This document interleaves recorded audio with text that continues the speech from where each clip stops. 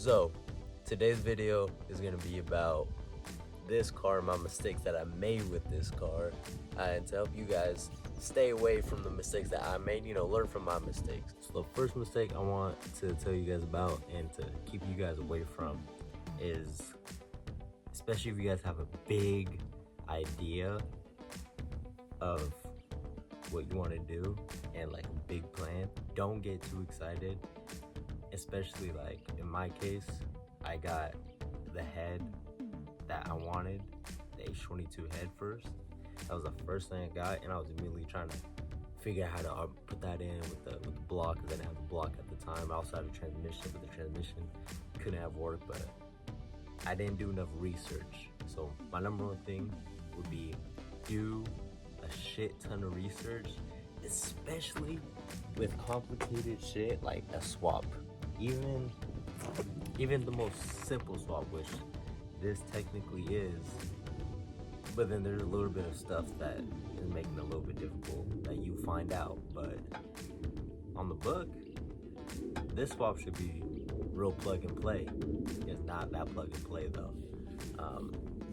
And you're gonna find a lot of different issues that you're gonna be running into that you didn't know about because you didn't do enough research. I promise you, if you do enough research, somebody in the world has done it to your car, especially if it's an older car. Newer cars, yeah, you might have to find certain of them. You might have to find your own way of doing it. But number two would be take everything step by step. Don't rush into a project.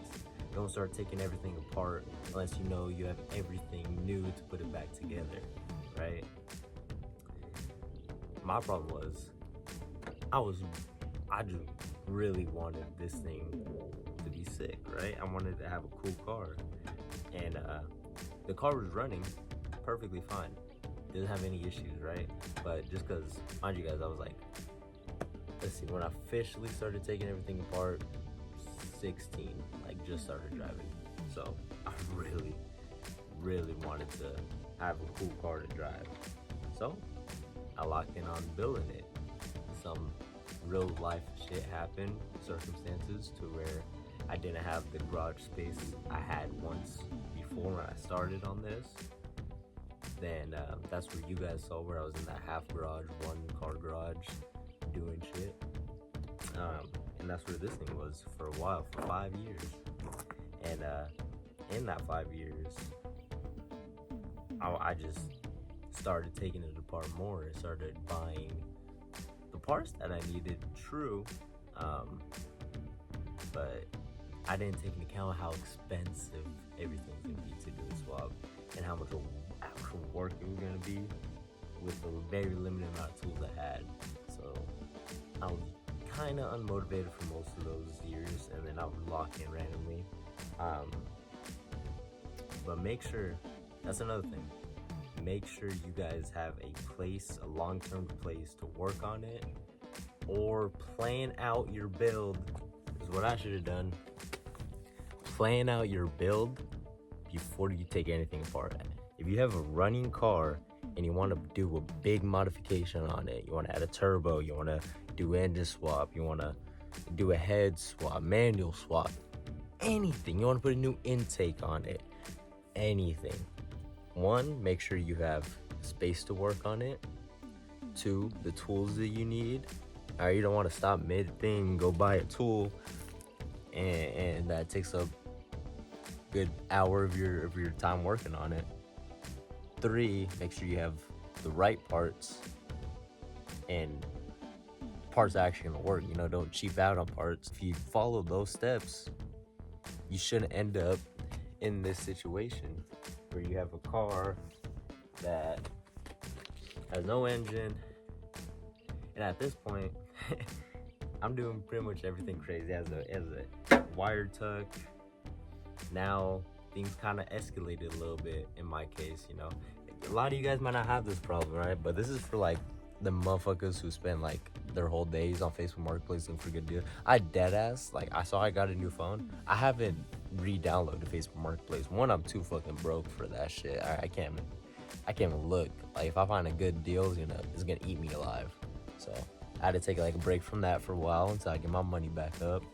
But yeah, I was on Facebook Marketplace for a little bit too long, and then that's how I got the other CB7 back there that came with 3 engines and a turbo kit and a lot of different other parts for these cars. 3 H22 engines, by the way, from Japan. So yeah, that didn't help at all either. Cause I have a problem of buying stuff. But hopefully all the stuff I accumulated and bought will work out very nicely when I start putting everything on this back together. Another mistake I would say I made, and you guys should try staying away from, but it's gonna be inevitable. You're gonna do something wrong. Alright, you're gonna fuck up. You're gonna fuck something up. And it's okay if you fuck something up. Everything's fixable. That's what I've learned about this car, especially. If you fuck up something on this, it's fixable. But you fuck up enough times and you fix your own shit enough times, you stop fucking up because you're tired of fixing shit. And the fixing shit is always way harder. Like, or not doing something the proper way and you get yourself in a mess or in a sticky situation, or you're stuck on something instead of just doing it the right way the first time, trying to find shortcuts. Trust me, there's no shortcuts in cars. Alright, if there's something in the way, or there's a certain procedure to take something off, and you have to take this off to get to this, and take that off to get to this, then take those off to get to it. I promise you, it might feel like it's gonna take longer, but you're gonna fight with it a lot more than just doing it the proper way and trying to force it in, right? Or force it out. Alright, just remove everything that needs to be removed, get it out properly, get it in properly. Don't rush it. That's another thing. Don't rush it. Cause yeah, rushing it would lead you to fuck shit up. Like, I remember trying to get the head off of the block. I took the engine out, the original engine of this car out. I took it out with no cherry picker, y'all. No engine hoist, no nothing. Alright, another area of mistakes for young, especially young car guys, that I would say stay away from, that I didn't make with this car, but probably contributed to this car. The first half was for like motherfuckers like to tinker and take shit apart, and you know, they have like car ADHD. You know, they just, I don't know how to explain it to them. Alright, I'm going through it right now myself, but you guys know what I mean. But this next one is for probably the younger car guys who want a cool car, and then financing the cars. Do not, I don't care what financial position you're in, unless you have a big down payment. Alright, just because you want that cool car, do not mean you have to put yourself in a financial chokehold for the next 4 or 5 years, however long your lease is. That's what my Mirzi, I loved it. I still love it. I still wish I had it, low key, but I do not miss the payments at all. That's just like, so slow down this, took money away from this, and it was just all going to payments. Like, it was no mods. That's what sucked for me. Like, I was just, before I dropped $400 on this, no problem. That I'd pay $600 every month on just the car. Like, I couldn't even mod it. So that sucks. So I get it.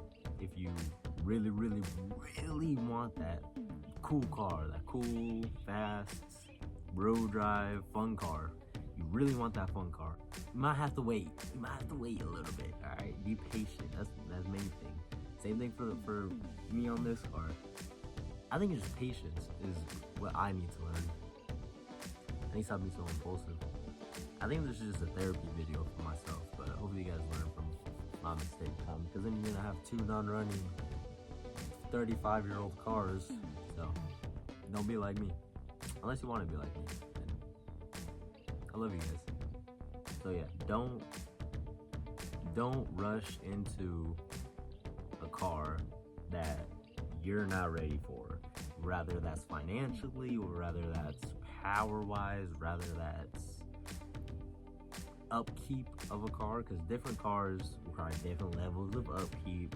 You gotta be on top of certain things for different cars, so be prepared, right? You know, don't rush into it and figure things out on the go, because that's one of my biggest flaws, is rushing into something and figuring it out on the go instead of doing my research. Because then now I have to be a quick learner, which, you know, most of the time I'm able to get out of, but sometimes, yeah, you get yourself in a sticky situation and you just have to get out of it. Or you can think about it and not put yourself in that position and move correctly.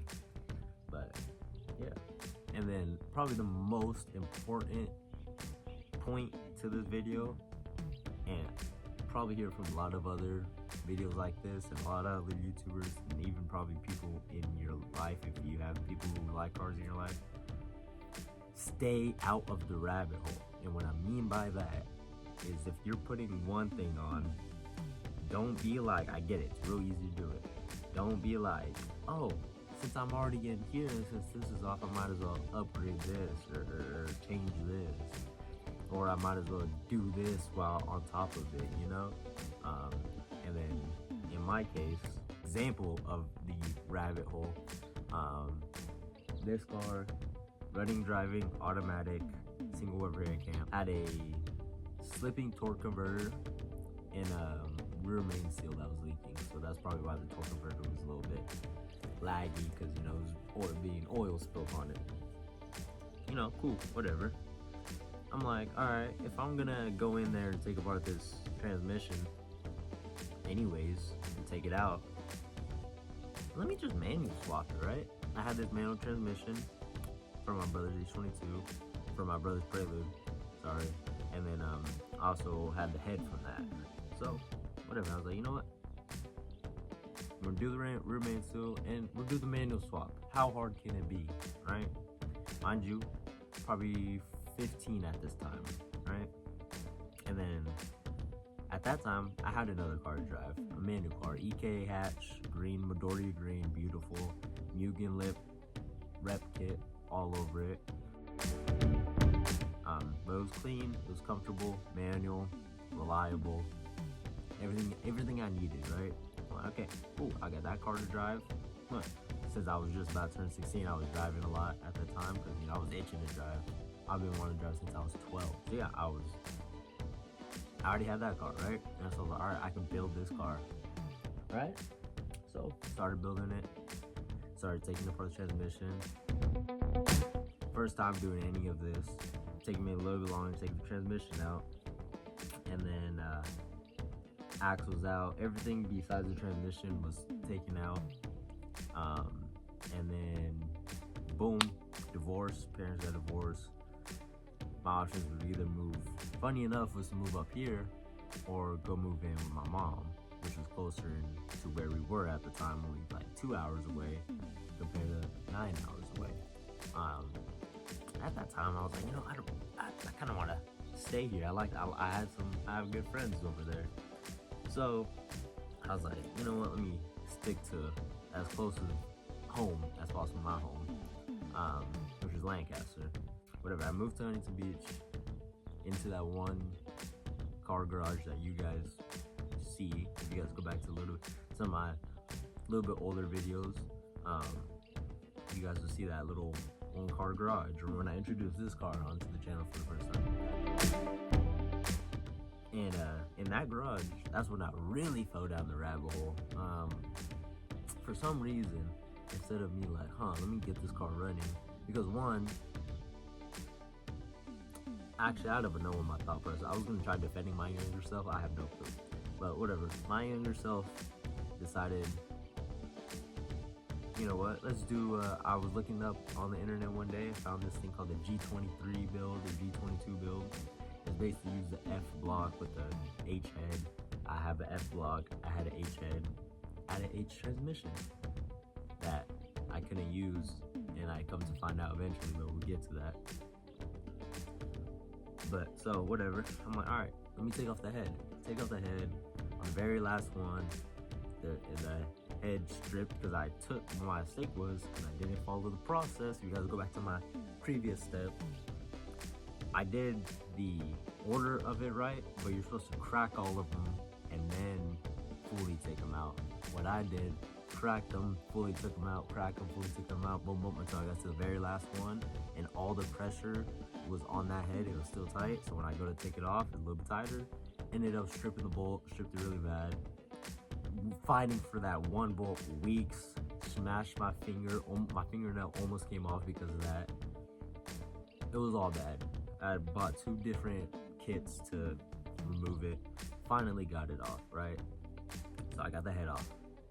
Now, I finally am able to get the transmission off because I was fighting that to get the transmission off for a long, long time too, during all that. So I got stuck on transmission. I was like, you know what, let's do the H head swap. So then, yeah, I was like, let's do the H head swap with the F22 block still.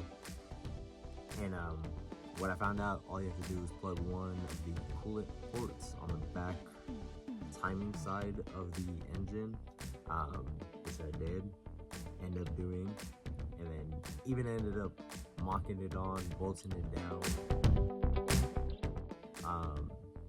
looking at it, and then come to find out there's a couple issues with running that, especially with the timing, and then I think there was another problem with it. I can't remember too much of why I didn't go that route, but I just knew either with my setup it couldn't work or something. Because I think what they do is use the F23, which is the block that comes out of my dad's, the newer Gen Accord. This is the F22. So I think there's something wrong with that. I can't really remember. I don't know, something with the cylinder heads, cylinder sizes were different too, and I think that was there was something wrong where I couldn't use that setup. So went out, I bought a block for $500, rebuilt it, got it all together. Like I said, I come to find out that the transmission that I had isn't the right one. It's for a special kind of block that they made for their special kind of differential, whatever. So I had to go source out a stock transmission, so that was not fun.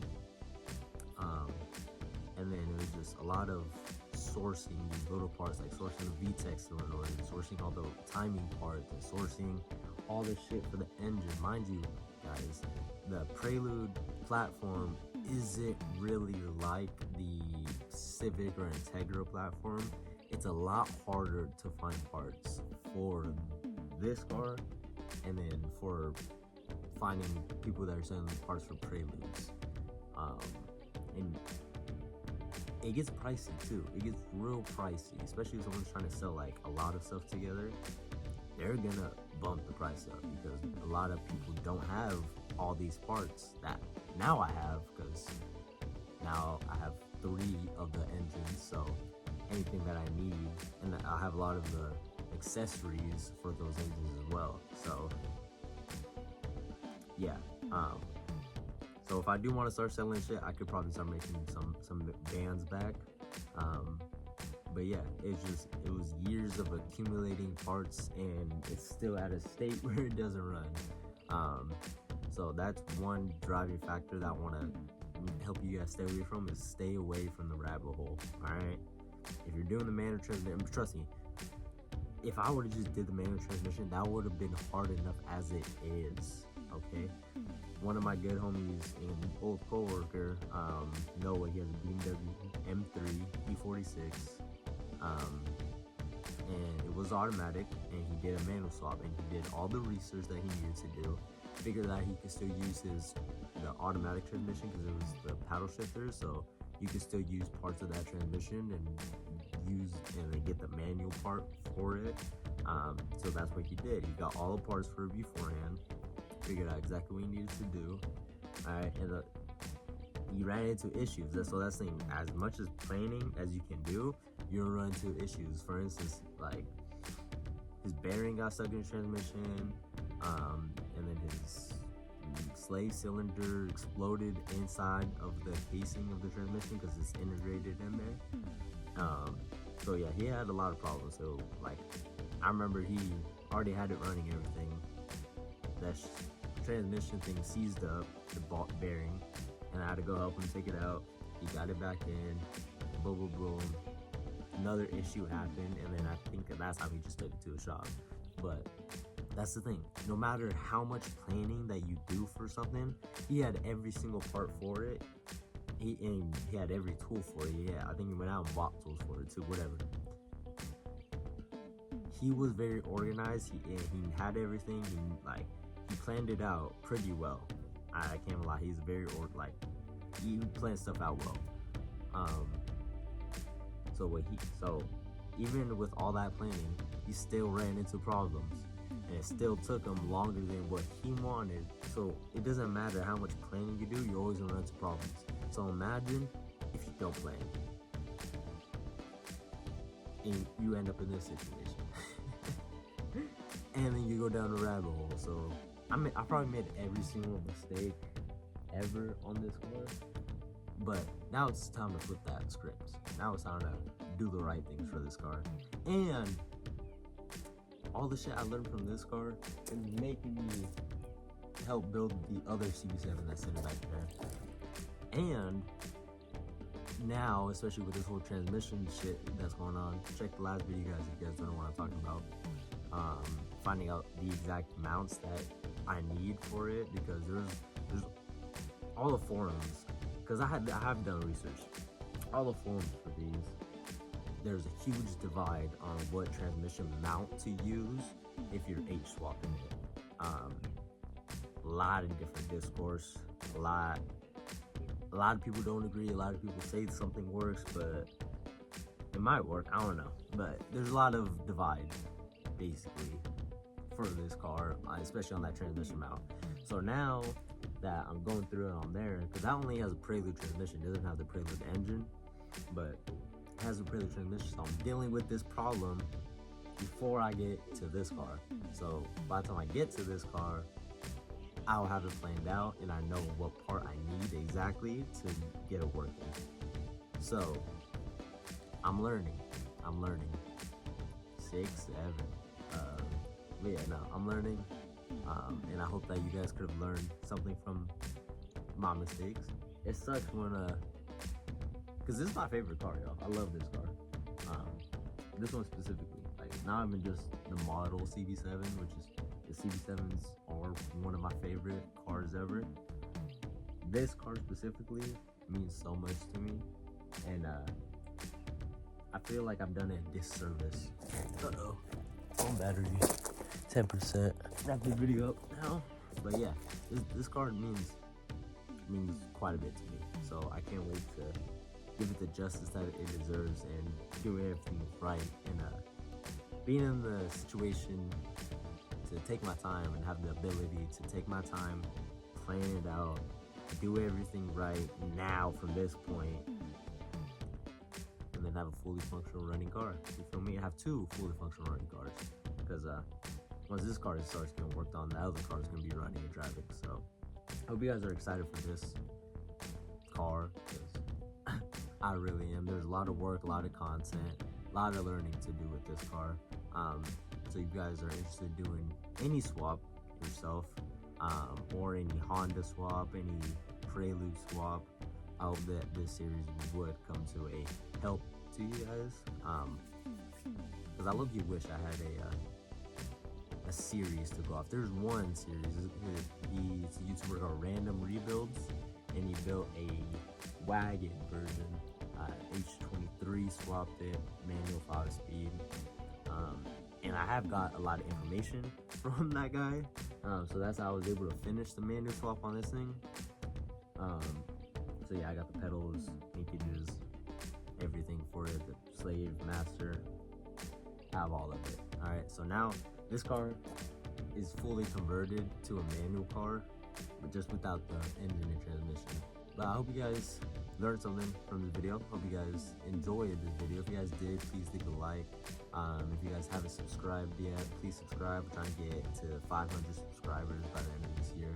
That would be a pretty sick dream, a pretty sick goal to accomplish by the end of the year. and